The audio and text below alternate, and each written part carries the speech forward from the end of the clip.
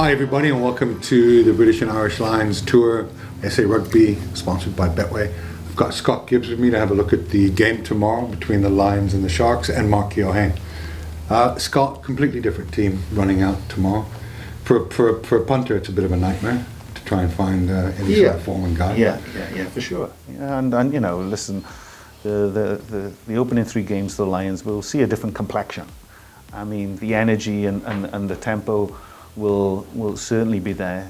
But this is it's just the next step on this evolutionary road of Lions hit outs against the South African provinces, and you know, as each game unfolds, there's another layer that gets revealed from the Lions' perspective, and also should the opposition should be stronger and more robust and provide more of a challenge for them.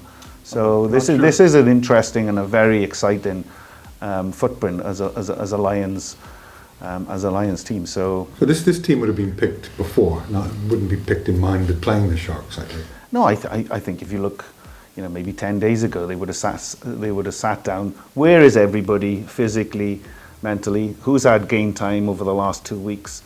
Who's been with us the longest, you know, from a camp perspective, where they all got together in Jersey, and a lot of players didn't turn up until, you know, after the English Premiership and when the Championship decided unfolded. So this is where they are, you know, and they would have been told before they got on the plane in Johannesburg that you're going to be involved in the first game, you'll be considered for the second game.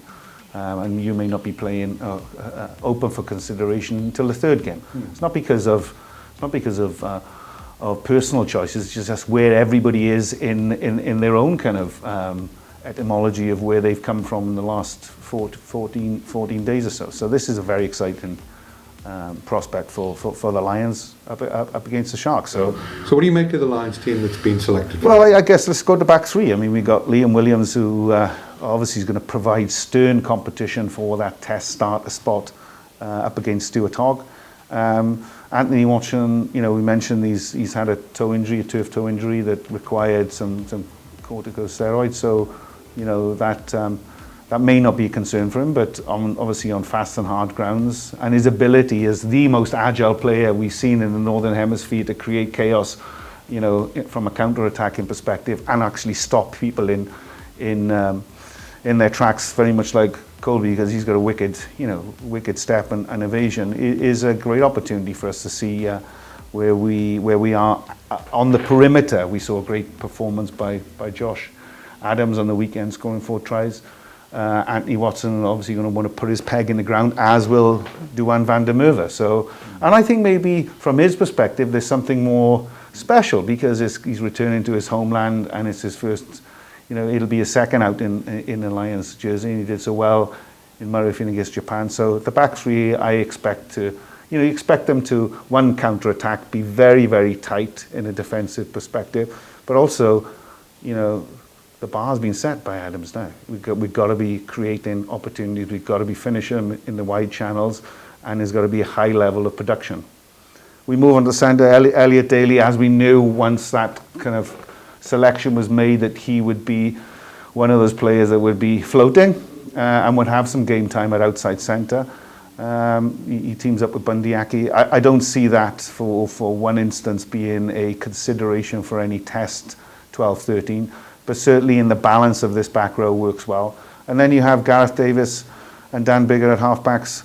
And I suspect for both of those they'll just have maybe half a football and it'll be taken off, and Connor Murray, you know, will come in, and we'll just see who fits in at number 10, because I think Biggar doesn't need game time now. Perhaps just needs to talk about that. Yeah, I think if you're looking Biggar and Bundyaki at 10-12, building that combination more than looking at a midfield combination, and I'd be surprised to see too many of those starting in that first test. That's playing against the Sharks. And I suppose the most exciting topic, and it's created more kind of sound waves, is obviously Sam Simmons' inclusion, and you know, the optimism that he brings to this selection, having been overlooked by England and Eddie Jones, but certainly has caught the eye of Gatlin and player of the of the tournament from the Gallagher Premiership perspective, top try scorer as well. So his production and his ability to convert that form into a Lions form, it does put that number 8 jersey up for grabs. It's quite a compliment to be a top try scorer and wearing the number 8. Yeah, I mean, I think it's 22 tries, but look, he played in a very strong Exeter side, and probably 18 of those tries from the back of the maul or pick up and go from 1 metre. But he's a very good footballer. I think it's his individual performances, and listen, the guy is off the mark is like a rocket, I mean, he's shown very explosive, very powerful, gets a lot of production, gets a lot of work done, but whether, again, you can weave that into a back row that's very exciting. A lot of talk about Tom Curry being the nailed-on starter for number 7. I think there's a few other players in the squad that will be challenging that, and certainly no more so than Josh Navidi, who obviously was the beneficiary of the demise of an injury, and this is going to happen. It's interesting that it's the one area that Gatlin's spoken about before he even confirmed the team. He spoke about there's going to be a dynamic loose forward trio that he wants to see how they go together. Yeah. So he's put the focus from a media point of view on the loose forwards, and very strategically so as well. So it's going to be exciting, but it's again that thing is how quickly do they gel as a unit, and I think it'll be hard for them to gel as a unit because there's a lot of players from the first and from the second match that have been put together for this match. Well, I think playing at Ellis Park will suit the Lions rather than having to go to KwaZulu-Natal. Yeah, I think also again everything has changed now, so that I think they've also. The one thing that I do get from a Gatlin, which surprised me again with the Alan Wynne-Jones talk, is he's looking behind, where he's always the guy that looks forward and says, we've lost Scott, now Kevin's playing. We focus on him. Yeah. So the minute that tour schedule was, you're not going up the coast anymore, there's no crowds, it's you got 2 games at Ellis Park, you got 1 at Loftus, you come down to Cape Town, and potentially you're actually going to not leave Cape Town. Because there's still there's still the talk that all 3 tests will be here. And it's just, I think and I get the sense also just from what I've heard from within the Bok camp, there's this thing is, forget where we're playing in between 4 lines now, because there's no one there. So whether it's altitude, it's for both teams, whether it's sea level, both teams, and if you're good enough, you have to beat them between those 4 lines, and you have to rely on your skill, your game management, because you ain't relying on 50,000 in the crowd. And you saw that again in that Lions game. The class of the Lions, just when they had to go up, they did, where ordinarily maybe 20,000 local supporters egging on a team. They play with adrenaline for 40 minutes. From the outset now, it's how good are you? Yeah, Scott, I know this is a difficult question for you to answer, but how does this Lions team, if you're a betting man now, or woman, or transgender, whatever you are, how strong is this Lions team compared to the Lions team that we saw? Well, I think this is, I mean, I'm not going to make the comparison. It's a very, very strong side, very, very dynamic, very quick across the ground. The danger is obviously the game gets too loose, or the Lions create a loose game because they're just, they're superior in so many of those combinations and positions. So I think from a betting perspective, you need to look at a very long spread because the pressure will be put on this team to perform, take it to another different level, with an element of control. But we've seen that, we've highlighted there's a lot of pace, there's a lot of power, there's a lot of guile, and there's competition. I mean, competition has been created, so that really, they're great ingredients for trying to get the best out of you. And certainly this is no different. And there's going to be guys that want to make a mark in the front row, second row, all through the team. So very exciting prospect. But I do see that this again will be a high scoring event. What the Lions will get out of it, again, it's not gonna be any resemblance to test football, but it is certainly going to galvanize the team with encouragement and confidence by spreading the ball and be very potent when they need to be. Mark, what can you tell us about the Sharks team? Yeah, missing 12 players over the box. I mean, so the heart of their side has been ripped out. They're a young side. They're an exciting side. In our domestic game, they would do quite well. They like to play an expansive game. I think, as Scott said, high-scoring game, but very much favouring the Lions by 30 to 40 points. You could be looking at a 55-20, that kind of game. Jordan Hendrickse, Jade Hendrickse, the halfback, his brother Jordan played for the Lions against the Lions at Fluff. He's at scrum off. He's highly rated within the national setup. And Kerwin Bosch, he's kind of like the Nearly man, and a kind of guy who defensively has so many question marks around him. And that's the only reason he's not with the box setup at the moment. I could see the Lions exploiting that.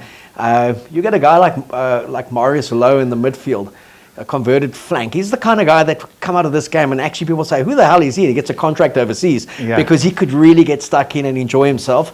But just a very youthful side, and I think they're going to play positive rugby. Yeah. They're a side that likes to spread the ball. So it will make for it's a game. Tune in and watch it. I think you will enjoy watching the game. And I think if you go back on historical form and historical kind of hitouts, this game on the calendar has always has captured the imagination because it's always been a free-flowing, high-quality, high-end type of game, and this one will be no different. Well, we wouldn't. I would say I would look at a lower score if we were playing in Natal because of the humidity and conditions. But the conditions should be perfect for running rugby. The Sharks have been. I think they last week they played the Stormers down here, and we were concerned about the drainage on the pitch. I think the two of the teams ended up putting up 65 points. I think it was 33 to 32 or something like that. And it was the Sharks were playing incredibly positive rugby. So they play that way, you could be in for a cricket score. Yeah, and I think so. I think the dynamic after half-time will change because I think Gatlin will want to relieve a couple of players that he's kind of go, yeah, I'm convinced now. I know where I am with this guy. I know where his application is. And then, we'll see those come off the bench and have some game time because Conor Murray still needs to he needs a run out, and we need to see what the Lions captain, the nominated Tour Lions captain, looks like in the context of the bigger picture. The thing also, and it's Scott's been there with 3 different Lions tours. And the old Australian tour used to be probably the worst of them because you never really got a hit out before the test series because the domestic game just was so weak and those players weren't involved playing for either the Reds or the Waratahs. But how much does Warren Gatland show and how much does he not show? Because he knows he's going to win these games, so he's looking to get things out of combinations or individuals. But all the Bok coaches are looking for is a deficiency. Are they vulnerable close to the ruck? If the pick and go is working, is that a deliberate thing that he wants them to just defend for 20 minutes as a training drill? Or do they want to keep it away from that contact area? So for now, with teams just playing rugby against the Lions, it doesn't show up if there is a potential weakness there. And I know just from chatting to some of the coaches at regional level and then within the national setup, they do believe that when you play a New Zealand side, when you play this kind of Lions side, for large periods of the game, just keep them one channel out and just try and suck that whole game in there. And because they love to play with width, deny them the ball to play with width or just keep on forcing them back into that washing machine effect. So the Bulls, to me, are the kind of team that would try and do that. I don't know if they got the personnel without their box, but I don't see the Sharks having the mentality to do it. They're just not geared. Their DNA isn't to try and keep it tight and that. So no, and that's what makes for a kind of exciting proposition because as any Lions tour, as it starts out, it's about finding your own identity, your expressive nature as a rugby player, and how you galvanize that with your teammates. And certainly from the opening game against the Lions, we've seen a very encouraging performance. This team on paper, again, has the ability to go out and further express how good this side can be. And if anybody was questioning the Lions' sort of commitment in terms of staking a claim, I think it was about a 7-minute period in the first half when it was 14-0. Lions scoring would have put it at 14-7, and they held up for almost 10 minutes with some ferocious tackling the British and Irish Lions. I thought the defence was superb. Well, and the commitment was just and that's only going to get stronger because that is one of the great boosters throughout the tour is your ability to keep the sheets kind of clean. I mean, everybody loves to see see a defensive performance really ratchet up. And I mean, that comes with the temperature being dialed up in Test football, and the ability to keep the game kind of technically in that sweet spot, that you're just not getting reckless.